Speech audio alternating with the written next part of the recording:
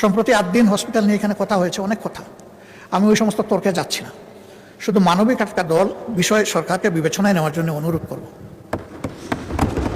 এই মেডিকেল কলেজটা, হাসপাতালটা একটা মেডিকেল কলেজের হাসপাতাল।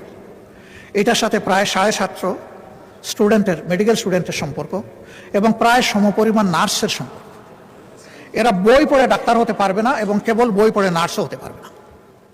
এদের রুগী লাগবে, হাসপাতাল লাগবে। তাদের কোনো বিকল্প অ্যারেঞ্জমেন্ট না করে এই হাসপাতাল যদি বন্ধ রাখা হয়, তাহলে এই ছাত্রছাত্রীদের ক্যারিয়ারের দায়িত্ব কে নেবে? অনুরূপভাবে বিদেশ থেকে পরবর্তীতে এই সমস্ত শিক্ষা প্রতিষ্ঠানে আর কোনো ছাত্রছাত্রী ভর্তি হওয়ার কোনো আগ্রহ রাখবে না, বলবে মাঝপথে আমরা ব্ল্যাক আউট হয়ে যাব। এই সিদ্ধান্তহীন, অস্থিতিশীল, অনিশ্চিত গন্তব্যে আমরা যাব না। তাতে কি দেশের লাভ হবে? এখানে যারা কর্মকর্তা কর্মচারী আছে, যারা মালিক পক্ষ আছে, সংগঠনটি গঠনের জন্য আমরা সকলেই খুবই অনুতপ্ত, আমরা শোকাহত।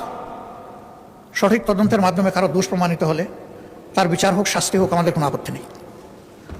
কিন্তু প্রতিষ্ঠানের প্রয়োজনীয় সংস্কার যেটা দরকার, সময় বেঁধে দিয়ে সেটা করে এই হসপিটাল অতি সত্বর খুলে না দিলে এই সমস্ত জিনিস হুমকিতে পড়বে। এটা ঠিক, হয়তোবা তাদের কোনো দুর্বলতার কারণে এই ঘটনা ঘটেছে, কিন্তু এটাও ঠিক যে এখান থেকে লক্ষ লক্ষ মানুষ সেবা পেয়েছে এবং তারা এমন কিছু সেবার রেভিনিউ এখানে দিতে পেরেছে। আমিও একটা প্রাইভেট প্রতিষ্ঠানের সাথে জড়িত, আমি বলছি আমি এটা দিতে পারি না, এর দ্বারে কাছেও আমি দিতে পারি না।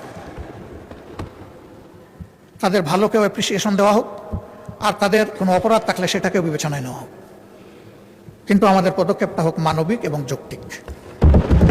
আমি বিশেষ করে মেডিকেল স্টুডেন্ট এবং নার্সদের তাদের একাডেমিক ক্যারিয়ার এবং জীবন বাঁচানোর জন্য আমি সরকারকে এ বিষয়টা গুরুত্ব দিয়ে বিবেচনা করার জন্য অনুরোধ করি।